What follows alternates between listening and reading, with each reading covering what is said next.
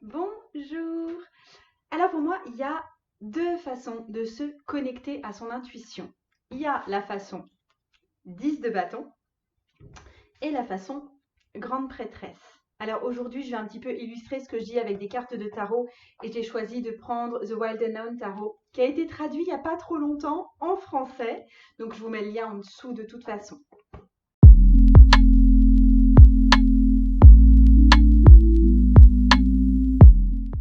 Alors avec la façon 10 de bâton, on se met vraiment dans l'attitude où on cherche à tout prix à recevoir des messages.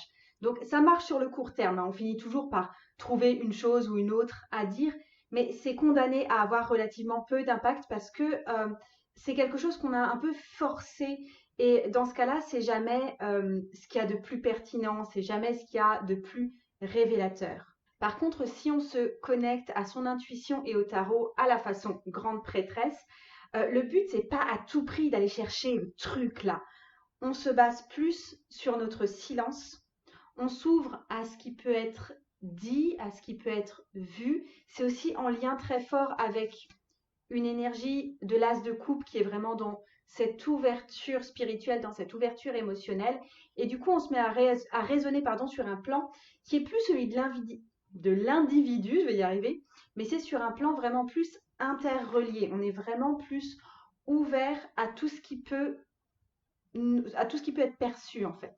La grande prêtresse, vraiment, elle vient nous parler d'intuition, elle nous parle de savoir lire entre les lignes, de pas juste se mettre là en quête de recevoir des signes, mais juste savoir regarder en elle, regarder ce qui résonne réellement avec elle. Et du coup, si toi, tu veux lire le tarot de façon très canalisée, de façon très intuitive, tu peux t'inspirer de l'attitude de la grande prêtresse, de faire en fait de la grande prêtresse ton personnage modèle qui doit t'inspirer avant de pratiquer le tirage et du coup adopter ses qualités, adopter son attitude.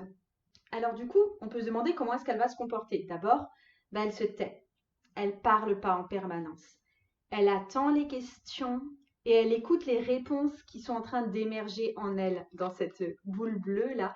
Et en fait, elle parle quand elle sait vraiment que ça sonne juste et quand la personne en face d'elle est capable de recevoir son message.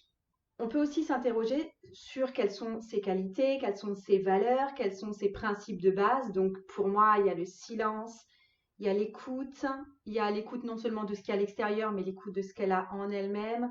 Il y a une économie de mouvement en fait, on ne bouge que quand il y en a vraiment besoin. Il y a le fait de savoir garder certains secrets et il y a une attitude enfin une valeur, une qualité, pardon, de clairvoyance également. Et ensuite, on peut aussi se demander par qui est-ce qu'elle va être entourée, en fait, dans la suite des arcanes majeurs. Elle est déjà entourée d'une part par le magicien, qui est l'arcane majeur numéro 1, et ensuite, elle est la suite de la grande prêtresse, quelque part. Attendez, je vais vous mettre ça dans l'ordre. Hop. C'est l'impératrice. Ok, donc là, je parle vraiment de la suite des arcanes majeurs. Et c'est pareil, en fait.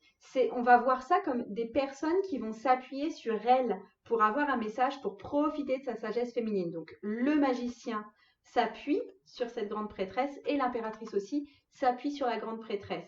Et en fait, on voit que ces deux personnages-là, c'est deux personnages qui sont dans la création, deux personnages qui sont dans l'action. Donc, ils sont moins réfléchis, ils sont peut-être un peu plus foufou, comme ça, un peu plus dispersés. Il y a quelque chose de l'ordre d'être plus malin, d'être peut-être aussi plus dans le plaisir.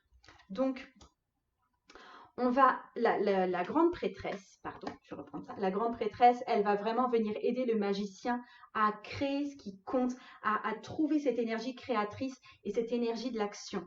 Et la grande prêtresse, elle va aider cette fois l'impératrice aussi à se révéler en tant que femme, à prendre position, à trouver sa place dans la société, à élargir son point de vue. Donc ça peut être ton attitude effectivement à toi par rapport aux personnes qui viennent vers toi selon leurs demandes et selon leur positionnement.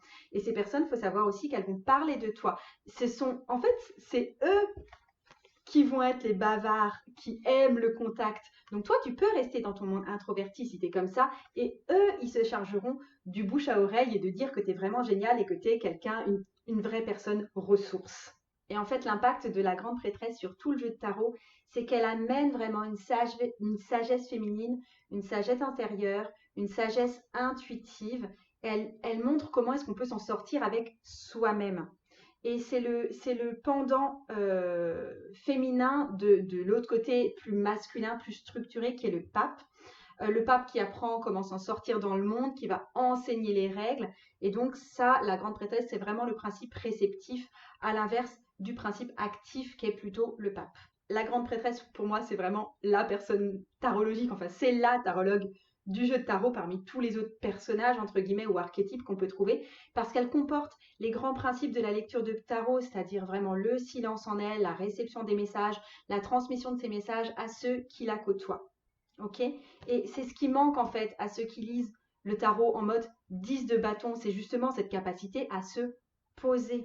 Ceux qui vont lire le tarot en mode plus 10 de bâton, et ça nous arrive à tous, hein, ils vont plus être dans une recherche de mais qu'est-ce qui se passe? Et ils vont tirer des dizaines et des dizaines de cartes sur une seule séance. Il y a une espèce de surenchère permanente au point de ne plus rien voir du tout, d'avoir une vision vraiment brouillée. Tandis que se poser, attendez, où est-ce qu'elle est ma carte? Se poser, c'est vraiment créer un espace sacré où on s'autorise à ne rien faire, à ne rien penser même. C'est vraiment l'espace de la méditation pure. Et en fait, créer cet espace sacré, ça permet d'être vraiment, enfin d'être pour toi, hein, vraiment dans ta zone intuitive, dans ta zone de pouvoir intuitif.